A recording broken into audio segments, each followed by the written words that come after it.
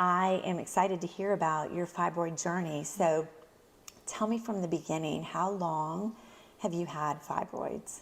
Yeah, thanks, Stacy, and thanks for the opportunity for me to participate to share my experience. My journey started quite long ago in 2012 when I was doing a routine check for my new job, and they detected it.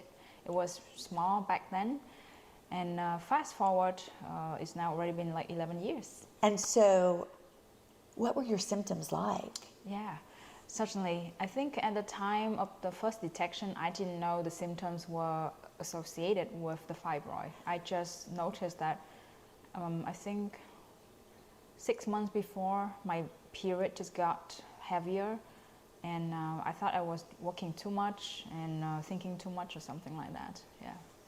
So you just thought it was stress that was causing the heavy bleeding. Mm-hmm. So how did you find out that's what it was? Yeah, so I think it was more of like consultation about whether we do something about it at the time in 2012 or go on with it.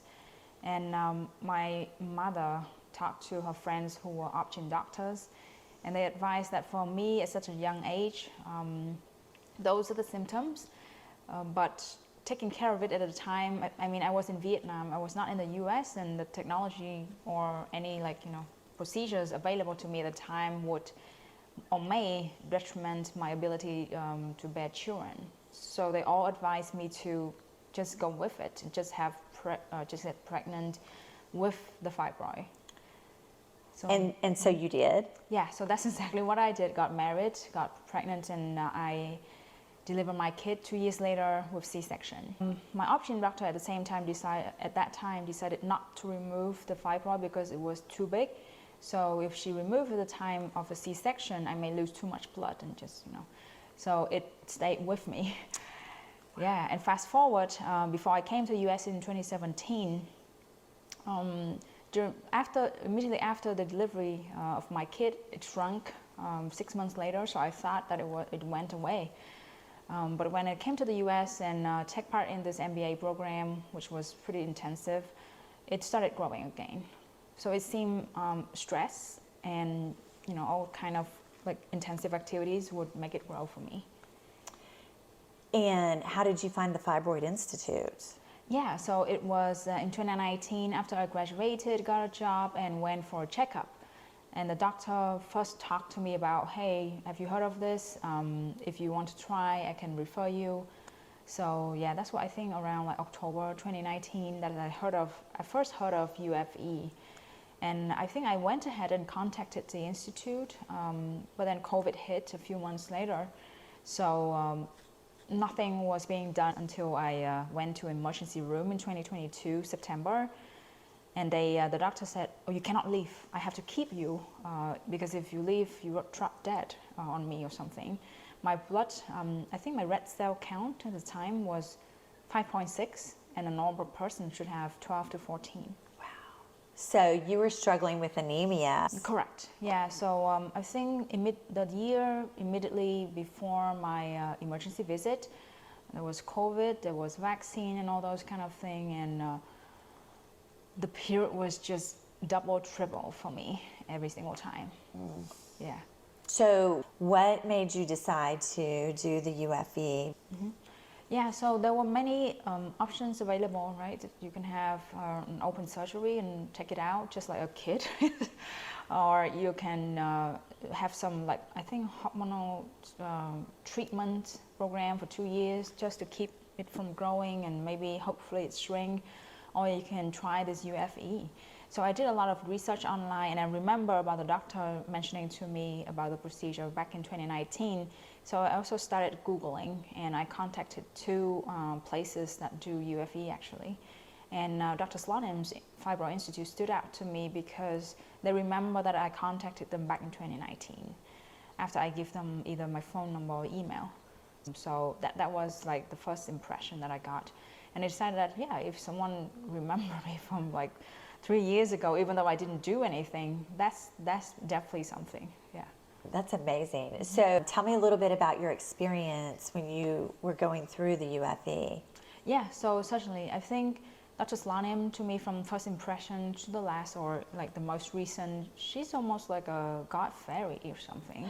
So I'm a very data intensive person and analyze everything before I make big decision. I don't know if she knew that, but she looked at all my MRI results and explained to me that, and also share with me similar cases and explain to me what are the risks associated with this procedure, and let me decide based on weighing between benefits and risks, cost and benefit, to make decision as an adult. And I think that's a liberating thing for me to do, because in 2012 I let my mother decide for me, right? So now I have to take charge of my own health if I don't want to hit the emergency room again.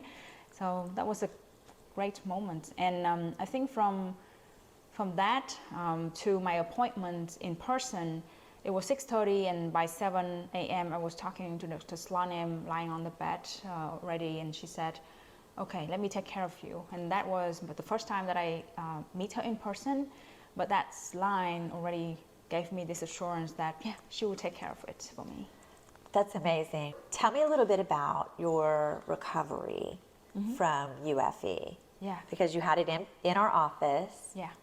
Yeah, sure. So my case was a bit more complicated because people normally do through their wrist, but I think immediately, like 5 minutes into it, Dr. Slanim detected that my vein is too small on the wrist, so we have to do it in the groin, my right side.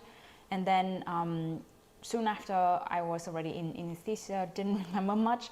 By the time I wake up, if anything from experience told me it was such like a violent wake up for me after my C-section. With this one, I just wake up and like, okay, so I'm done. I didn't feel anything. I had a lot of pain medication prescribed for me going home, but I didn't really have to use anything actually. So it was almost like I just came back to my normal life. The next day I removed my pain patch and then pick up my kid.